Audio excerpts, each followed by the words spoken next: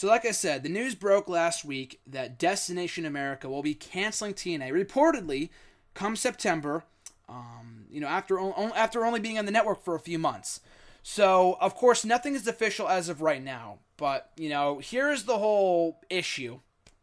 And I talked about this last week with John and hashtag AskGSM about how I honestly did not think, and I mean, I've been proven wrong a lot lately with Samoa Joe coming to WWE, Brock Lesnar resigning. I've been proven wrong about a lot of things. I didn't wish to be proven wrong about this, but it does look like Destination America is, just cutting TNA come September. I know they signed a multi-year deal with them, but they have an out clause in their contract. And I guess they weren't really happy with them going to the United Kingdom, which I thought was fucking dumb when I talked about it, a couple months ago when that report came out. The whole Angle being world champion because he's a former Olympic gold medalist thing, being in the Olympics, he's American, so that, Destination America wants an Olympic gold medalist as their world champion for TNA. Just having complete creative control and all this other bullshit. Them not being happy with the ratings. But what do you expect, people? What do you expect? I'm talking to the officials of Destination America. And I'm not putting the full blame on them. TNA has a lot of flaws, which I'll get to in a second. But Destination America can't be... what are they expecting? They're not going to bring in the ratings that Raw does, It's a network that I had no idea even existed before TNA came around. They saved TNA's ass, so I respect them for that. I commend them for that. But these officials over there can't expect them to... to pop huge ratings. I can't imagine their other shows, Ghost Hunters, or maybe not Ghost Hunters, or whatever the hell the show is called, to pop huge ratings, because those shows don't do well either. I mean, I don't have the network. I didn't even know it existed before TNA went there. I have to go out of my way to watch the show on Fridays. And that's another thing, too. The show airs on Fridays at 9 o'clock at night. Who's home on it? I mean, I know SmackDown did, but that's SmackDown. WWE, you're going to go out of your way to watch, regardless of what night it's on. TNA, a struggling brand, should not be on a night that no one can watch, much less on a Friday. There aren't many people out there like me that are going to go out of their way on a Friday night to watch TNA on a channel that no one either know it exists or has or whatever. So that was their first issue, and I feel like Destination America should have waited a little bit longer to see success in the numbers, whatever. So that's one thing. That's both sides are at fault here. That's one thing. And then TNA's reaction to this kind of ruined. I can't even say ruined any credibility they have left because they don't really have much. And I'll get into my defense of TNA in a second, but Dixie Carter has not commented on this matter at all. Bob Ryder, who is I think a talent executive over at TNA, I think, or vice president of talent relations, like John Laurinaitis was in WWE. I have no idea. He's a top official over in TNA. And he said, we're not going out of business. People have been saying that for over a decade. Hashtag stand up, which was dumb. And that's what The Rising does. And they're incorporating it in a storyline and all that other bullshit.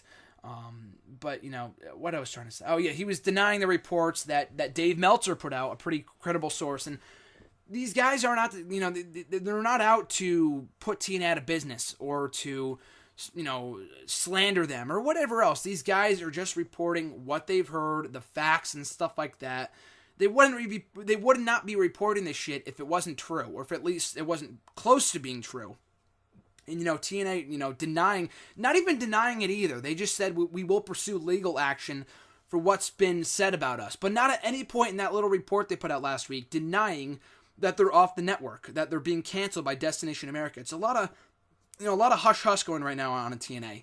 And the same bullshit we saw last year with Spike TV. So why should I believe TNA with all this crap? At least put out a statement saying, it's not true, it is true, before you threaten legal action on anybody. Dave Meltzer apparently said that he has not been hit with any legal action directly. Just TNA's statement. A lot of bullshit. Like I said before, that is the key word of today's rant on TNA. But not at any point did they deny that was happening. Like I said, the same thing happened with Spike TV last year. And this is not coming from someone that wants to see TNA die. I mean, I hate, to keep on repeating myself, but some people just don't get it.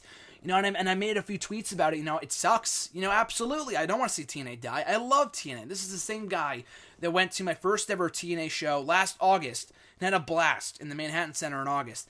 This is the same guy that went to the debut show of TNA on that network that they're being canceled by, Destination America, in early January, the first Wednesday of the year, and honest to God, the second best wrestling show I've ever attended. Now, I've been to a lot of wrestling shows in my 7 years as a fan, and this was the second best the second best show I've ever been to. It was an amazing night, and I thoroughly enjoyed myself. And I watch TNA every single week. I have for the last 7 years, and I will continue to watch it until the day it dies. But this company is so poorly managed. It's not the talent. It is the fucking management. They don't know how to manage a goddamn company. I'm not going to put all the heat on Dixie Carter, but whoever is managing this company does not know how to run a successful business. I'm not saying I do, but for one thing, a person with common sense would not put out a statement like that threatening legal action and not denying the claims against them. It's common sense. They made the situation even more embarrassing than it needed to be. So bottom line, and the people that are criticizing TNA for all their crap right now don't want to see it die. Maybe some people do. I never understand that. I want to see wrestling thrive.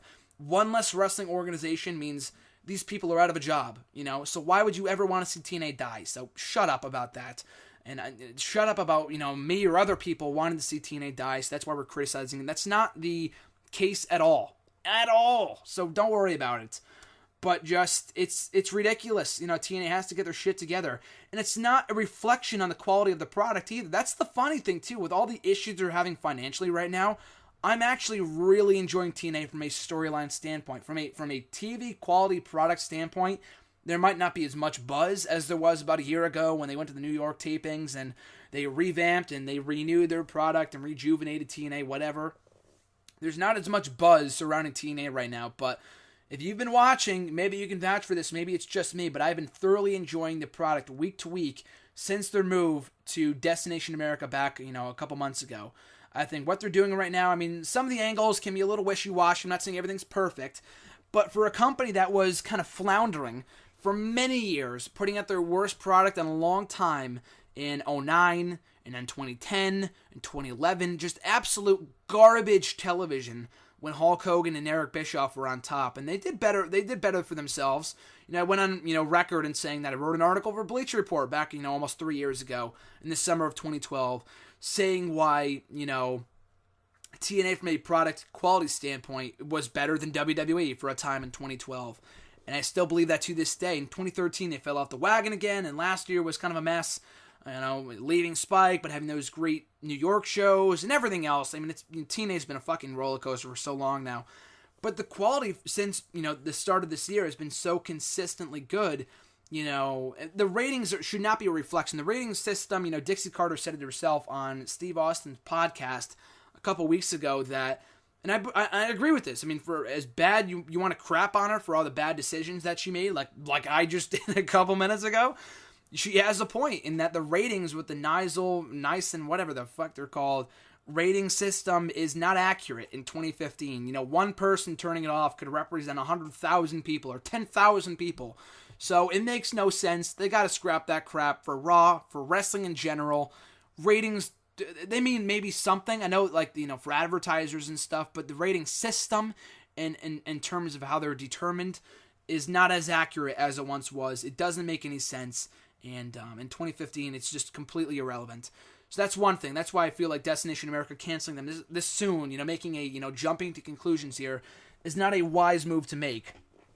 But TNA, for all their shit, for all the mismanagement decisions, are finally catching up to them, unfortunately. It really sucks to say.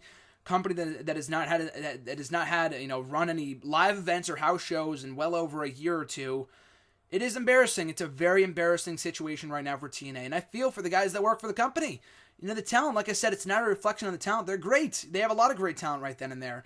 But, with all the people leaving, and it's sad. It's a sad decline for TNA. I'm not going to say they're going to die. I'm not going to make any accusations saying they will die by the end of this year. I feel like they will find a way to survive, whether it be, streaming their show off of their website or something. But I can't make a clear prediction in terms of what's next for them. Beyond September, it's May right now. They have 4 months to get their shit together and figure out what they're going to do if this is indeed to be true. And it looks like it is.